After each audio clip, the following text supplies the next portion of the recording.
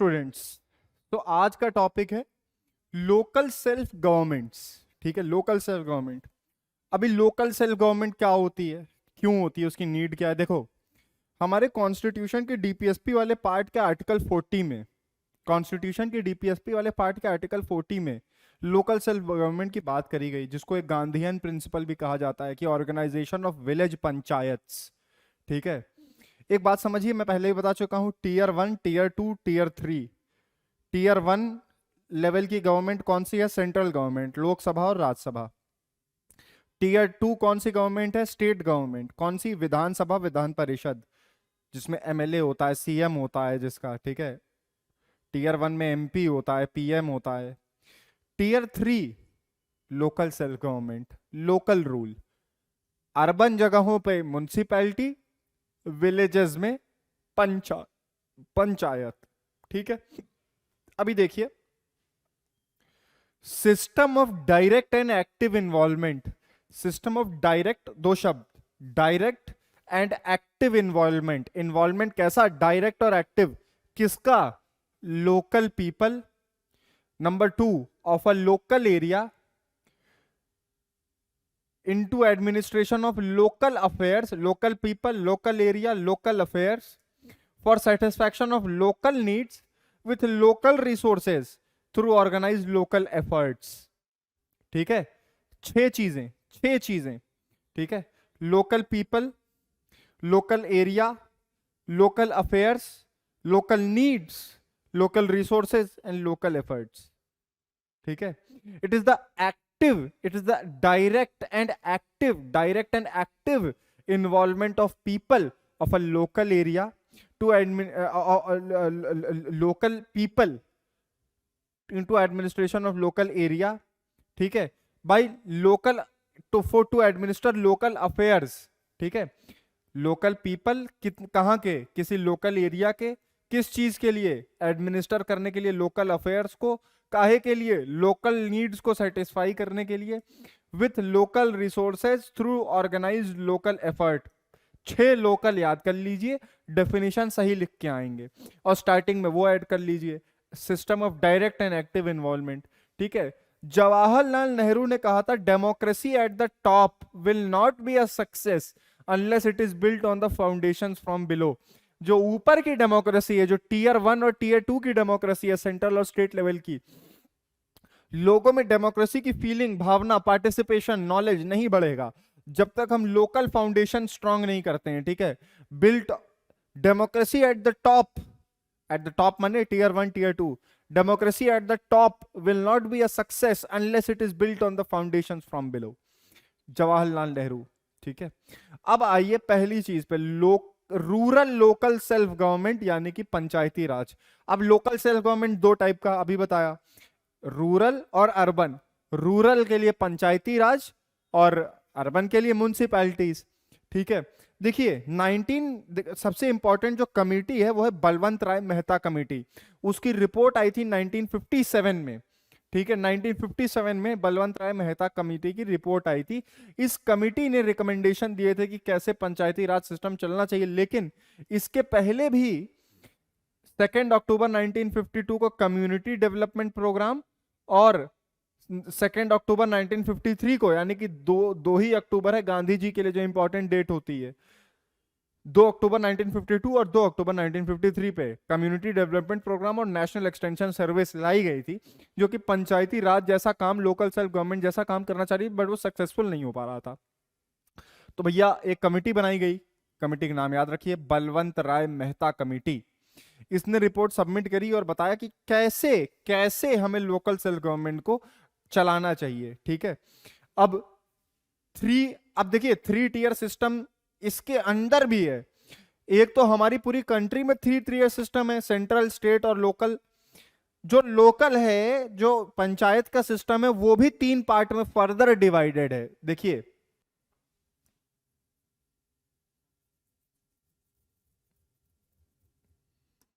सबसे पहले तो गवर्नेंस इंडिया का,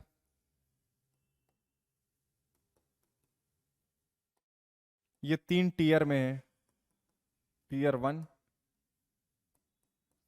टीयर 2, टीयर 3, और टीयर 3 में local self government, local self government LSG लिख दे रहा हूं। अब लोकल सेल्फ गवर्नमेंट में जो पंचायत है यानी कि रूरल, उधर अर्बन निकल जाएगा। जो रूरल वाला लोकल सेल्फ गवर्नमेंट है, देखो नाम में ही है लोकल सेल्फ गवर्नमेंट, ठीक है, रूरल भी 3 पार्ट में बट जाएगा, 3 टीयर इसमें भी हैं।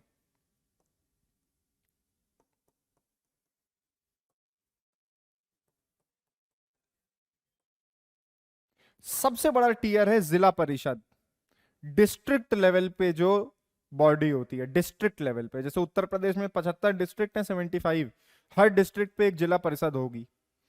टीयर 2 में आएगा तुम्हारा समिति, और टीयर 3 में आएगा सभा,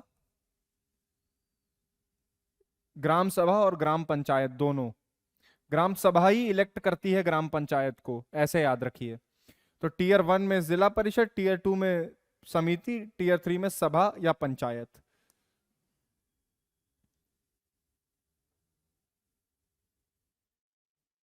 देखिए पंचायत या ग्राम सभा अभी बताया टीयर 3 या सबसे नीचे है, ये एट विलेज लेवल होती है, ठीक है। इसका टास्क होता है सिक्योर करना लोकल नीड्स को और सिविक एम्यूनिटीज को। जो लोकल, देखो भैया, जो ग्राम सभा होती है वो गांव के ही लोगों से मिलके बनी होती है, ठीक है ना। जिस गांव में भी 200 से ज्यादा लोग होते हैं, जिस गांव में भी 200 के ऊपर लोग होते हैं, वहां पर ग्राम सभा बनाई जाती है, ठीक है, ये बात याद रखिएगा। और देखिए आपको एक डायग्राम के थ्रू समझाने की कोशिश की जाए बेस्ट।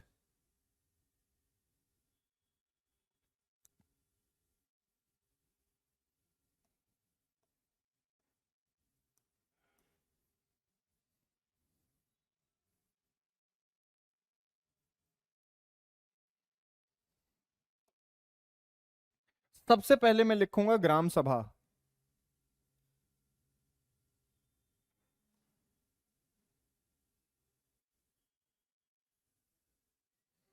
ग्राम सभा consists of all the eligible voters of a village.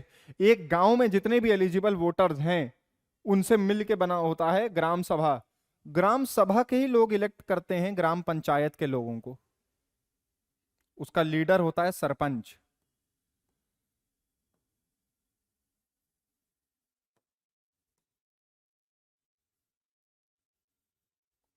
ठीक है, ग्राम पंचायत के लोगों को। ग्राम पंचायत फिर ऊपर टीयर 2 पे आ गए। अब आप, ये दोनों टीयर 1 ही है, टीयर 2 पे आ गए समिति, ग्राम समिति, ठीक है, ग्राम समिति, ठीक है, पंचायत समिति कहते हैं, सॉरी, पंचायत समिति। उसके ऊपर फिर जिला परिषद, ये डिस्ट्रिक्ट लेवल पे। सबसे बड़ी यूनिट लोकल सेल्फ गवर्नमेंट में कौन सी हुई, मतलब जिला परिषद, डिस्ट्रिक्ट लेवल पे जो कोऑर्डिनेशन का काम कर रही है। ये है स्ट्रक्चर, इसको दिमाग से मत निकलने दीजिएगा, ठीक है, अभी तो हम आगे पढ़ेंगे ही, ठीक है।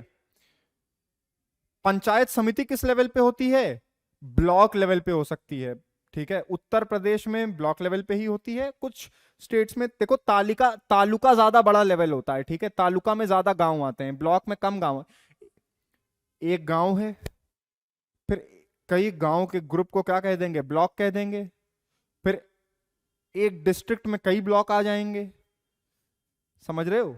उत्तर प्रदेश में 75 डिस्ट्रिक्ट हैं, 75, हर डिस्ट्रिक्ट में कई ब्लॉक होंगे, हर ब्लॉक में कई गांव होंगे, समझ गए, ठीक है। तो पंचायत यानी कि ग्राम सभा किस लेवल पे होती है, विलेज लेवल पे होती है। इसका टास्क होता है local needs of civic communities को सिक्योर करना। पंचायत समिति इंटरमीडिएट होती है, बीच की होती है, ठीक है, ब्लॉक लेवल पे होती है, तालुका लेवल पे होती है, या तहसील लेवल पे हो सकती है। देखो तालुका थोड़ा बड़ा होता है ब्लॉक से, और तहसील भी, ठीक है, बड़े होते हैं ये, तो जरूरी नहीं कि ब्लॉक के लेवल पे हो, तालुका तहसील लेवल पे भी हो सकती है, ठीक है। Has officials from block development and panchayat office. Exam होता है ब्लॉक डेवलपमेंट ऑफिसर, BDO, ठीक है, पोस्ट दी जाती है PCS के एग्जाम में, या IS भी बनेंगे आप तो भैया। डेवलपमेंट का जो यूनिट है ना, वो तो गांव और जो छोटी यूनिट्स हैं उन्हीं से देखा जाता है, ठीक है।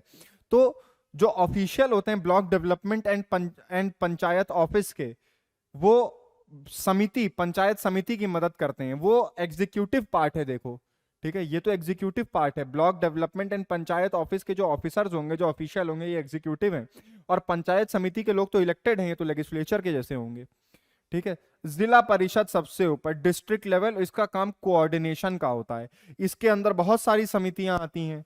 जिला जिला परिषद सबसे ऊपर है, एक जिले का सबसे बड़ा, डिस्ट्रिक्ट का सबसे बड़ा, ठीक है। अब उस डिस्ट्रिक्ट में कई समितियां आएंगी, उस समितियों में कई ब्लॉक वो आएंगे, ठीक है, विलेज पंचायत, ठीक है।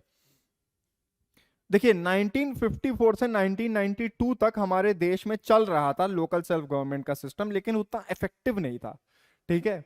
पंचायत के इलेक्शन वगैरह भी होते थे, सिस्टम था, लेकिन उतना इफेक्टिव नहीं था। 72nd और 73rd कॉन्स्टिट्यूशनल अमेंडमेंट जब आया है ना, उससे चीजें थोड़ी बेटर हुई हैं, ठीक है, उससे चीजें थोड़ी बेटर हुई हैं। अभी देखिए, अरे सॉरी, 73rd और 74th, 72nd तो कुछ और ही है, ठीक है। 73rd आया है पंचायत के लिए, याद रखिए, और 74th आया है म्युनिसिपैलिटी के लिए, ये याद रखिए। 1992 में दोनों आए हैं, ठीक है। अच्छा, ड्यूरिंग 1954 टू 1992 इलिटरेसी और इग्नोरेंस था लोगों के बीच में, इसलिए और काम नहीं कर पा रहा था, क्योंकि हमारा देश उस समय ज्यादा टाइम नहीं हुआ था आजाद हुए, इलिटरेसी भी थी और इग्नोरेंस भी था लोगों में। इनएक्सपीरियंस्ड रिप्रेजेंटेटिव्स थे, रिप्रेजेंटेटिव्स जिनको सेलेक्ट किया जा रहा था उनके पास एक्सपीरियंस नहीं था डेवलपमेंट कामों को करने का या गवर्नेंस रोल्स को फुलफिल करने का।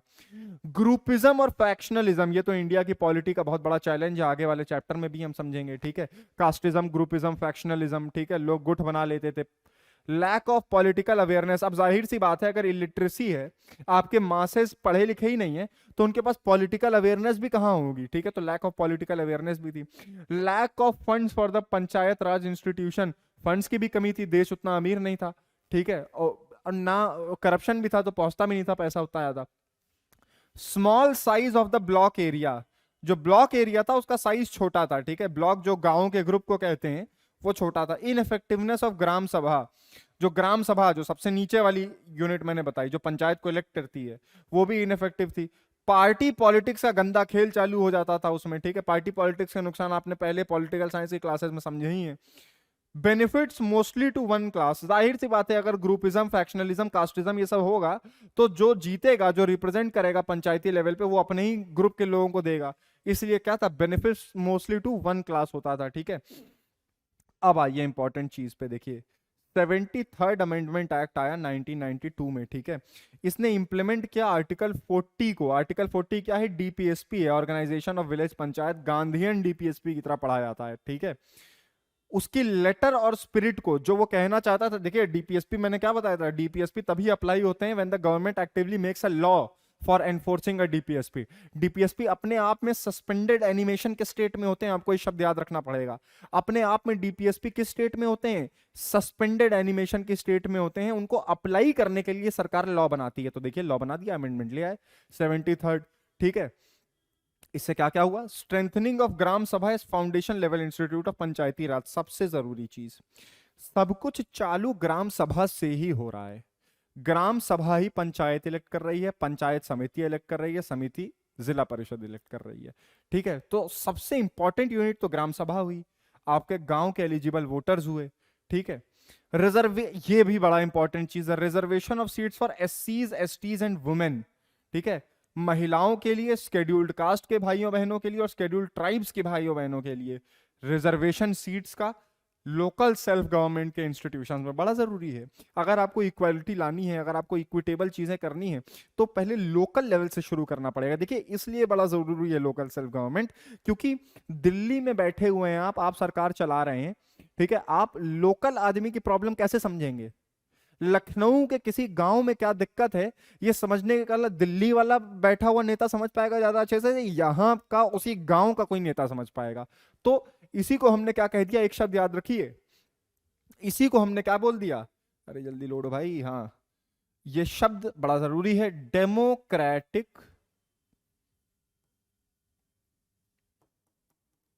डिसेंट्रलाइजेशन।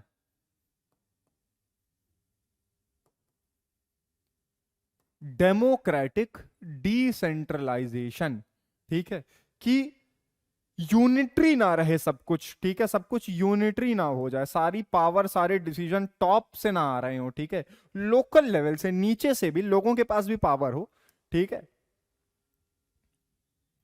डेमोक्रेसी स्ट्रेंथन तो तभी होगी जब उसकी फाउंडेशन स्ट्रांग होगी, जैसा नेहरू जी ने कहा था, ठीक है। अच्छा, और रिजर्वेशन ऑफ सीट्स और एसटीज एंड एसटीज हमने देख लिया, कितना रिजर्वेशन होता है, 1/3 होता है वुमेन के लिए, जो कि अब हाफ हो गया है, और एससीज और एसटीज के लिए उनके प्रोपोर्शन में होता है। फॉर एससीज and ST reservation to be provided at all the 3 tiers in accordance with their population percentage. तीनों टीयर पे, यानी कि विलेज पंचायत लेवल पे, ठीक है, समिति लेवल पे और जिला परिषद लेवल पे, तीनों टीयर पे लोकल सेल्फ गवर्नमेंट की जो एससीज और एसटी के भाई बंधु हैं उनका रिजर्वेशन होना चाहिए उसी प्रपोर्शन में जितनी उनकी पॉपुलेशन है। मान लो एक गांव में कितने लोग रहते हैं, 100 लोग रहते हैं, नहीं तब तो ग्राम सभा ही नहीं होगी। एक गांव में मान लो 300 लोग रहते हैं, ठीक है, उन 300 में से 100 लोग एससी एसटी के हैं, तो रिजर्वेशन कितना दें, 1/3। उनके प्रोपोर्शन के रिप्रेजेंटेशन, ठीक है, उनके प्रोपोर्शन में रिप्रेजेंटेशन, तो इन accordance with their population percentage, जितना पॉपुलेशन परसेंटेज है उसके अकॉर्डेंस में दीजिए रिजर्वेशन। फिर औरतों के लिए, for women not less than 1/3 of the total number of seats to be reserve for women, further not less than 1/3 of total membership, total number of officers for chairperson at all levels the panchayat to be reserve for women. देखिए दो बातें कहीं, एससीज और ST का reservation proportion में, उनके population के proportion में, वुमेन का रिजर्वेशन 1/3। अभी मैं 73rd कॉन्स्टिट्यूशन अमेंडमेंट की बात कर रहा हूं, उसमें प्रोवाइडेड था 1/3, अब 50% हो गया है, बट 73rd जब आया था, सुनिए 1992 में, तब 1/3 था रिजर्वेशन औरतों के लिए, अब 50% हो गया है, ब्रैकेट में लिखते हैं इसीलिए, ठीक है। अच्छा, तो औरतों के लिए कैसा है रिजर्वेशन, 1/3 जो है रिजर्वेशन वो total number of offices, total number of 1/3 for total number of seats to be reserve from for women, ठीक है। ग्राम पंचायत लेवल पे जितने भी लोग सेलेक्ट होते हैं, ग्राम सभा के लोग इलेक्ट करते हैं। ग्राम सभा क्या होती है, एक गांव के सारे एलिजिबल वोटर्स, जितने भी लोग एक गांव में वोट दे सकते हैं, वो ग्राम सभा का पार्ट है। ये लोग वोट करते हैं ग्राम पंचायत के लोगों को, उसका लीडर होता है सरपंच, ठीक है। तो ग्राम पंचायत में जितने लोग इलेक्ट करके आए उसमें से 1/3 औरतें होनी चाहिए, ठीक है। अब एक और बात समझिए, लेकिन ये तो है ही, हर जो मेंबरशिप है हर बॉडी की, number of seats to be reserve for women not less than 1/3 of total number of seats to be, जो टोटल सीट है उसका 1/3 औरतों के लिए। और एक और बात, चेयरपर्सन भी तो होगा। अब जैसे ग्राम पंचायत है, उसका हेड सरपंच है, समिति है, उसमें चेयरपर्सन और वाइस चेयरपर्सन होते हैं, जिला परिषद होता है, उसमें चेयरपर्सन और वाइस चेयरपर्सन होते हैं। तो औरतों को केवल 1/3 नंबर ऑफ सीट्स ही नहीं रिजर्व करनी है, 1/3 औरतें ही चेयरपर्सन या वाइस चेयरपर्सन भी होनी चाहिए, ठीक है। जो टॉप की पोजीशन होती है चेयरपर्सन, उसमें भी 1/3 का रिजर्वेशन, ठीक है। सीट्स भी रिजर्व्ड और number of offices for chairperson भी 1/3 रिजर्व्ड, ठीक है। ये भी eight all levels of the panchayat, eight all levels, panchayat level, समिति लेवल, परिषद लेवल, ठीक है।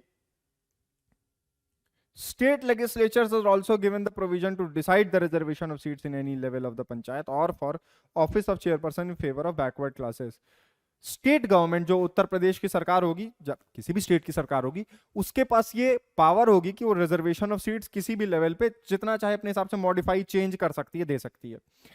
Panchayati raj institutions to have fixed tenure of 5 years. ये किससे आया, ये 73rd कॉन्स्टिट्यूशनल अमेंडमेंट 1992 से आया। क्या कि जो पंचायती राज के इंस्टीट्यूशंस हैं, कौन कौन से इंस्टीट्यूशन हैं, ग्राम पंचायत, फिर से बोलिए, समिति, जिला परिषद, इनका टर्म फिक्स कर दिया 5 साल। वरना पहले क्या होता था, आज बनाई गई, कल पसंद नहीं आई नेता लोगों को, बदल दी, रद्द कर दी, ठीक है। नहीं, अब एक बार इलेक्ट हो गए 5 साल चलो काम करो। Direct election on all levels except chairpersons of samitis and zila parishad, responsibility to conduct elections with state election commission, ठीक है। देखिए, जो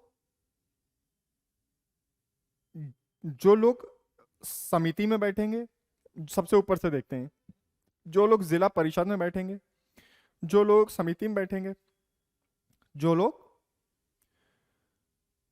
पंचायत में बैठेंगे, ठीक है, इन तीनों लेवल पे कौन कौन मेंबर होगा इन बॉडीज का, समिति का, परिषद का, पंचायत का, उसके लिए इलेक्शन होता है। कैसा होता है? डायरेक्ट होता है, सीधे सब लोग वोट देते हैं। अभी बताया ना, ग्राम सभा, एक गांव के सारे एलिजिबल वोटर वोट देंगे तो पंचायत के लोग इलेक्ट होंगे, ठीक है। ऐसे ही ऊपर तक चलता जाएगा, ठीक है। पंचायत के लोग वोट देंगे तो समिति के लोग सेलेक्ट होंगे, समिति के लोग वोट देंगे तो परिषद के सेलेक्ट होंगे।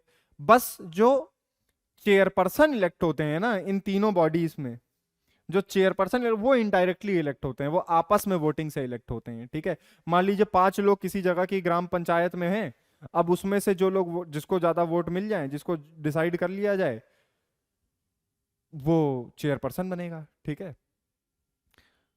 जो रिस्पॉन्सिबिलिटी होती है इलेक्शन कराने की, वो स्टेट के इलेक्शन कमीशन की होती है, ठीक है। Addition of 11th schedule having 29 subjects. 7th schedule है आपके कॉन्स्टिट्यूशन में, जिसमें 3 लिस्ट हैं, यूनियन लिस्ट, स्टेट लिस्ट और कंकरेंट लिस्ट। उसी तरह पंचायत यानी कि गांव लेवल पे किन टॉपिक्स पे डिसीजन लिया जा सकता है, ये बताने के लिए 11th शेड्यूल ऐड किया गया और उसमें 29 सब्जेक्ट्स ऐड किए गए। सब्जेक्ट्स की लिस्ट आप आराम से देख सकते हैं जब भी हो, उसमें उस टाइप की चीजें हैं, मतलब कि लैंड रेवेन्यू और ये सब, जैसे एग्रीकल्चर इंक्लूडिंग एग्रीकल्चरल एक्सटेंशन, ये एक टॉपिक है जिसपे लॉ बना सकती है पंचायत, ठीक है। फिशरीज, एनिमल हस्बेंड्री, ठीक है, माइनर फॉरेस्ट प्रोड्यूस, ठीक है, minor forest produce, rural housing, drinking water, khadi उद्योग, इस टाइप की चीजें इन 29 सब्जेक्ट्स में लिखी हुई हैं, ठीक है। कुछ 5-6 एग्जांपल याद कर लीजिएगा। कल्चरल एक्टिविटी करानी है, मार्केट या फेयर लगवाना है, ठीक है, ये सब काम, ये सब चीजें लिखी हुई हैं इन 29 चीजों में, ठीक है। If population is less than 20 lakh then having panchayati samiti is optional. अगर 20 लाख से कम की पॉपुलेशन है, कहां की पॉपुलेशन 20 लाख से कम है? स्टेट की, तो पंचायती समिति रखना ऑप्शनल है, ठीक है। पंचायती राज इंस्टीट्यूशन अब देखना चालू करते हैं। सबसे पहले gram sabha. Villages having population more than 200 have a gram sabha. मैंने भी बताया, अगर किसी विलेज में 200 से ज्यादा लोग रहते हैं तो वहां पे ग्राम सभा होगी। Gram sabha consist of all eligible voters living in an area of gram sabha, ठीक है। ग्राम सभा का कोई एरिया होगा, मतलब गांव का कोई एरिया होगा, उस गांव के जितने भी एलिजिबल वोटर हैं वो ग्राम सभा का पार्ट होंगे। It is a statutory body, यानी कि लीगली एक्ट के द्वारा। स्टैच्यूटरी बॉडी होने का क्या मतलब होता है? स्टैच्यूट किसे कहते हैं? STATUTE। स्टैच्यूट का मतलब होता है कोई लॉ, कोई एक्ट, ठीक है। तो स्टैच्यूटरी बॉडी का मतलब कोई ऐसी बॉडी, कोई ऐसी इंस्टीट्यूशन, कोई एक ऐसी ऑर्गेनाइजेशन जिसे स्टैच्यूट से बनाया गया हो, मतलब किसी लॉ से बनाया गया हो, किसी एक्ट से बनाया गया हो, ठीक है। तो ग्राम सभा क्या है? स्टैच्यूटरी बॉडी है। Elects members of the panchayat, अभी बताया मैंने, पंचायत के लोगों को इलेक्ट कौन करता है? Gram sabha. Panchayat act usually provides that sabha shall in its first meeting consider the budget prepared by the gram panchayat, ठीक है। सभा के लोग इलेक्ट हो, पंचायत के लोग इलेक्ट हो गए, किसने इलेक्ट किया? ग्राम सभा के लोगों ने किया। जो पहला काम होगा उनकी मीटिंग में वो ये होगा कि जो बजट बनाती है पंचायत उस पर डिस्कशन करेगी, उस पे उसको कंसिडर करेगी सभा। Sabha shall in its first meeting consider the budget prepared by the gram panchayat, ठीक है। In the second meeting consider the report of working of its gram panchayat and draw out developments plan for the sabha area, ठीक है। Second meeting पे working के ऊपर, ठीक है, working के ऊपर, working of its gram panchayat के ऊपर और डेवलपमेंट प्लान्स के ऊपर डिस्कशन होगा, ठीक है। ये हो गया ग्राम सभा। अब ये लोग जिसको इलेक्ट करते हैं उसको क्या कहते हैं? ग्राम पंचायत। अप्रोक्सीमेटली इंडिया में 2,25,000, 2,25,000 पंचायत हैं। मुझे 1 सेकंड एक्सक्यूज करिएगा बस।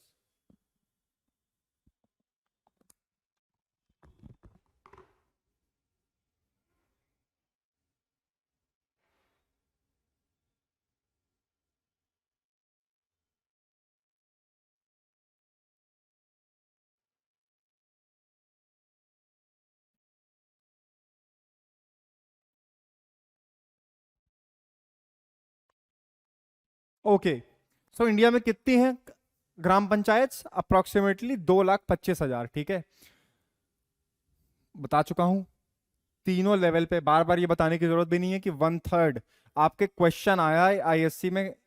मैंने एटलीस्ट 2021 में तो देखा था कि how much seats are reserve for women, ठीक है, तो 1/3 आप वुमेन में 1/3 याद रखिएगा।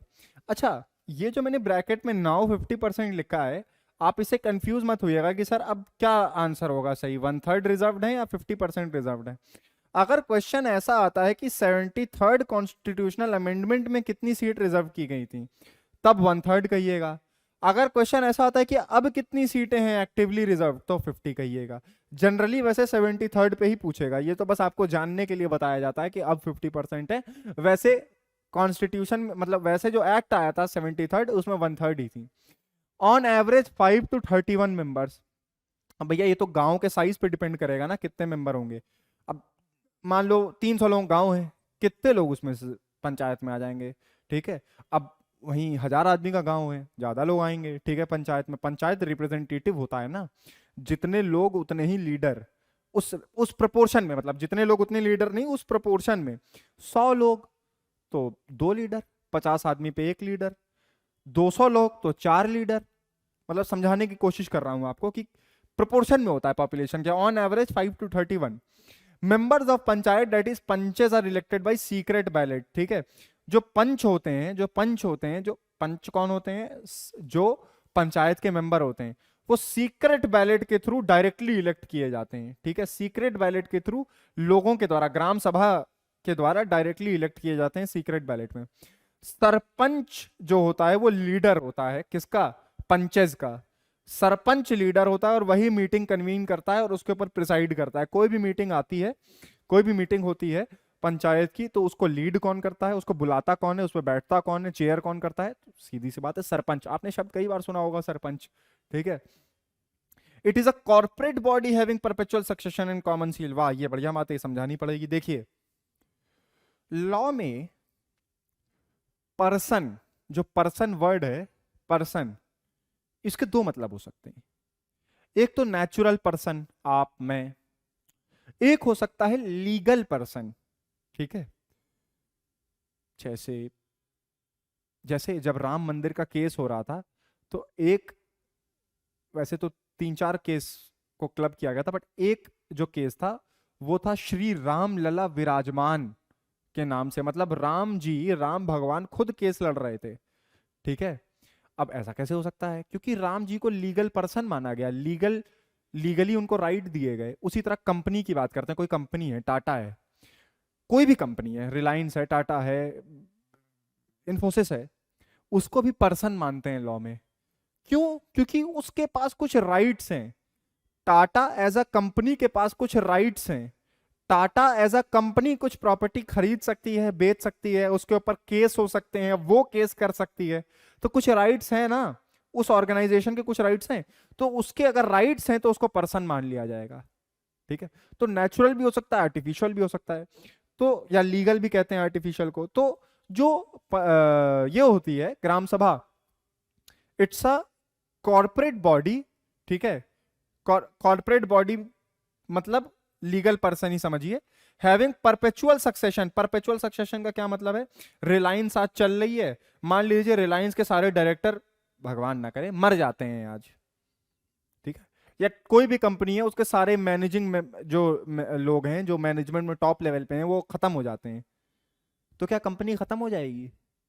जी नहीं, कंपनी चलती रहेगी। उसके सारे मेंबर भी अगर थियोरेटिकली एक ही दिन में खत्म हो जाएं, तब भी कंपनी नहीं खत्म होगी, कंपनी रहेगी। इसी को कहते हैं क्या? Perpetual succession. चलता रहेगा सक्सेशन। और कॉमन सील, अब कंपनी लीगल पर्सन है, जैसे ये लीगल पर्सन है, क्या ग्राम पंचायत लीगल पर्सन है? आप और हम तो साइन कर सकते हैं चेक पे, किसी डॉक्यूमेंट पे, ठीक है, साइन सिग्नेचर कर सकते हैं। कंपनी तो लीगल पर्सन है, सच में तो कंपनी पर्सन है नहीं, साइन कैसे करेगी कंपनी? तो इसीलिए कंपनी का कोई भी काम होता है, ध्यान दीजिएगा, तो सील होती है कंपनी की। कंपनी से कुछ भी आप निकलवाते हैं, अपने स्कूल वगैरह से कुछ भी आपने लिया होगा, तो सील लगती है, वो कंपनी की सील होती है। उसी तरह ग्राम पंचायत की भी सील होती है। क्यों? Because it is a body corporate, कहिएगा it is a body corporate having perpetual succession and common seal, ठीक है।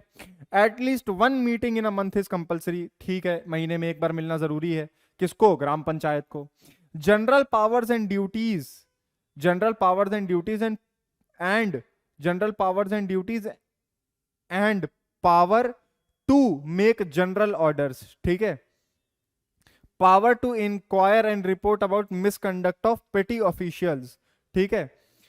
अब पेटी ऑफिशियल्स जैसे कोई काम करने वाले लोग हैं, कोई सरकारी लोग हैं, ठीक है। अब उनके ऊपर मान लीजिए कोई इनिशिएट करनी है प्रोसीडिंग, कोई डिसिप्लिनरी प्रोसीडिंग या इस टाइप की प्रोसीडिंग, ठीक है। जैसे चौकीदार है, कांस्टेबल है, प्यून है, इनके खिलाफ, ये सरकारी एग्जीक्यूटिव के पार्ट है ना, इनके ऊपर अगर डिसिप्लिनरी प्रोसीडिंग मिसकंडक्ट के लिए चलानी है तो चला सकती है, ठीक है। अच्छा ये देखिए, ये बड़ा जरूरी है, जुडिशियल फंक्शन भी होता है, जज कोर्ट जैसा काम भी करती है, ठीक है, ग्राम पंचायत। कब करती है?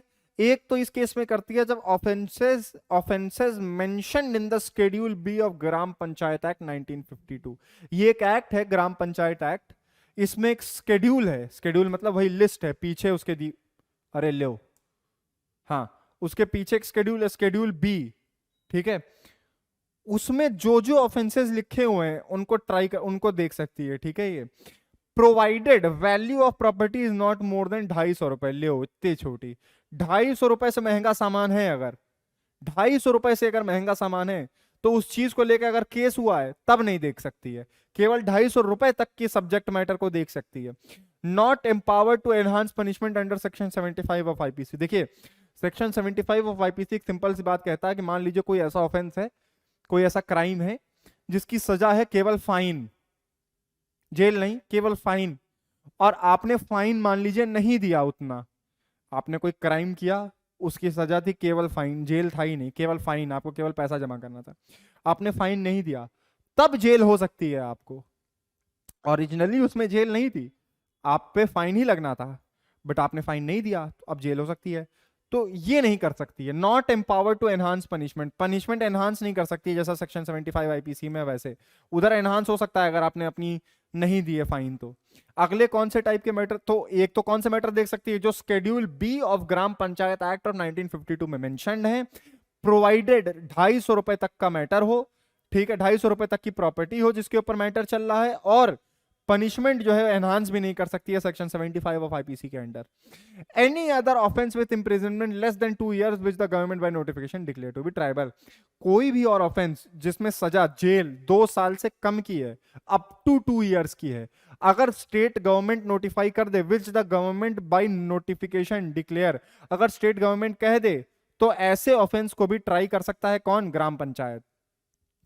सिविल रेवेन्यू और जुडिशियल फंक्शंस भी होते हैं, ठीक है।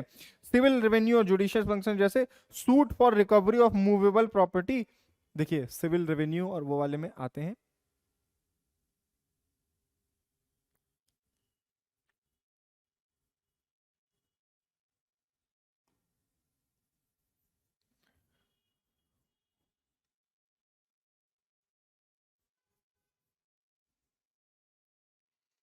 पहला सिविल और रेवेन्यू वाले फंक्शंस की बात कर रहा हूं, ठीक है। सूट फॉर रिकवरी ऑफ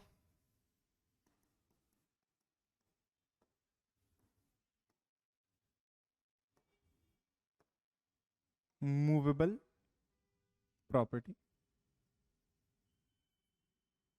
कोई मूवेबल प्रॉपर्टी है, ठीक है, घड़ी, घोड़ा, गाड़ी, कुछ भी, ठीक है, ऐसे केस को ट्राई कर सकती है, ठीक है। ऐसे सूट्स, सूट्स कहते हैं, ठीक है, ऐसे सूट्स को, केस ही मतलब, ऐसे सूट्स को ट्राई किया जा सकता है। अच्छा रिकवरी मतलब हमने किसी को दिया था कोई सामान किसी चीज के लिए, अब उसने वो चीज रख ली, वापस ही नहीं कर रहा है, कुछ भी सिचुएशन अपने दिमाग में इमेजिन कर लीजिए। मान लीजिए घड़ी थी, खराब हो गई थी, रिपेयर करने के लिए दी थी, हमने पैसा दे दिया जितना उसका बनता है, वापस नहीं कर रहा, कह रहा है और पैसा चाहिए, तो अब केस होगा उस पर, ठीक है। सूट फॉर रिकवरी जो पहले बात हुई थी उतना पैसे में दो, तो बहुत सारे केस हो सकते हैं इस टाइप के। बेसिकली आपको याद रखना है कि मूवेबल प्रॉपर्टी के केसेस को देख सकता है ग्राम पंचायत, ठीक है। सूट्स फॉर मनी और गुड्स सोल्ड ऑन कॉन्ट्रैक्ट और प्राइस देयर ऑफ, ठीक है, सूट्स फॉर मनी और प्राइस ऑफ कॉन्ट्रैक्ट्स, हमने कोई कॉन्ट्रैक्ट किया सामने वाले के साथ कि तुमको कोई चीज देंगे, उसके बदले हमको इतना पैसा दो, तुमने वो चीज दे दी, उसने तुमको पैसा लेकिन कम दिया, या तुमने वो जो चीज दी थी वो थोड़ी खराब थी, उसने केस कर दिया। ठीक है, इस टाइप की सिचुएशन को, ठीक है, किस टाइप की सिचुएशन को, सूट्स फॉर मनी और गुड्स, मनी और गुड्स, सॉरी मनी और गुड्स, सामान, पैसे या सामान के लिए, और प्राइस देयर ऑफ, या दाम के लिए, कि तुमको बराबर दाम ही नहीं दिया।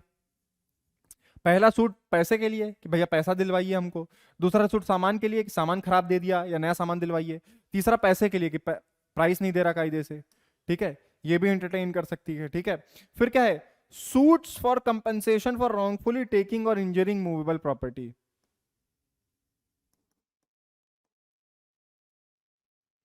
सूट्स फॉर कंपेंसेशन, ये शब्द याद रखिएगा यहां पे, ये कंपेंसेशन के लिए हो रहा है कि तुमने मेरा सामान कोई खराब कर दिया, लेकिन कैसा, याद रखिएगा, हमेशा मूवेबल प्रॉपर्टी। इमूवेबल प्रॉपर्टी जैसे लैंड या benefits arising out of land, rent वगैरह, इनके मैटर की बात नहीं हो रही है, केवल किसकी बात हो रही है, मूवेबल प्रॉपर्टी की बात हो रही है लगातार। ठीक है, तो अगर आपने किसी की मूवेबल प्रॉपर्टी को क्या किया, रॉन्गफुली डैमेज किया, ठीक है, डैमेज किया, ठीक है, तो उसके लिए जो कंपेंसेशन, जो पैसा आपसे क्लेम किया जाएगा, उसके सूट को भी ग्राम पंचायत देख सकती है। ठीक है, और पंजाब टेनेंसी एक्ट, पंजाब में थोड़े अलग क्योंकि लोकल लॉ है ना, तो स्टेट अपने हिसाब से बना सकती है। पंजाब टेनेंसी एक्ट एक एक्ट है जो पंजाब की सरकार ने बनाया, पंजाब में ही लागू होता है, 1887 का है। उसमें बताए गए, उसमें कुछ बताए गए हैं सूट्स, उनको भी ट्राई कर सकती है। ठीक है, लगातार केवल मूवेबल प्रॉपर्टी की, इस पे ध्यान दीजिएगा। ठीक है, अच्छा, सोर्स ऑफ इनकम क्या होता है ग्राम पंचायत का, टैक्सेस हो सकते हैं, लैंड रेवेन्यू हो सकता है, लैंड रेवेन्यू कुछ ही स्टेट्स में, लेकिन ठीक है, जनरली टैक्सेस। ठीक है, टैक्स भी बहुत टाइप के हो सकते हैं, ऑक्ट्रोई हो सकता है, ये हो सकता है, वो हो सकता है, टैक्स ऑन शॉप हो सकता है। ठीक है, किसी भी तरीके का टैक्स। ठीक है, मेन सोर्स जो होता है पंचायत का वो टैक्स ऑन प्रॉपर्टी होता है। ठीक है, टैक्स ऑन प्रॉपर्टी और सेस ऑन लैंड रेवेन्यू। ठीक है, और रेंट और tax on animal, tax on animal, tax on land, cess. ठीक है, जो जमीन पे जितना टैक्स होता है, ठीक है, जमीन पे और जानवर पे जितना टैक्स होता है वो वाला। ठीक है, अच्छा, state government has power to control over panchayat including the power to remove the sarpanch for misuse of power. Sarpanch को कौन हटा सकता है मिसयूज ऑफ पावर के लिए, सरपंच ही हेड है ना पंचायत का, कौन हटा सकता है, स्टेट गवर्नमेंट। उत्तर प्रदेश सरकार चाहे किसी भी गांव के सरपंच को हटा सकती है। ठीक है, कंट्रोल ओवर इंक्लूड सरपंच को हटा सकती है, या ग्राम पंचायत को ही डिसॉल्व कर सकती है 5 साल के पहले। ठीक है, ठीक है, और देखिए और पावर दी गई है, जो अकाउंट होते हैं पंचायत के उनको ऑडिट कौन कर सकता है, स्टेट ऑफिशियल। सरकारी विभाग के जो लोग हैं वो पंचायत के अकाउंट्स को ऑडिट कर सकते हैं। ठीक है, तो ये था पंचायत का। अब हम देखेंगे समिति, जिला परिषद। ठीक है,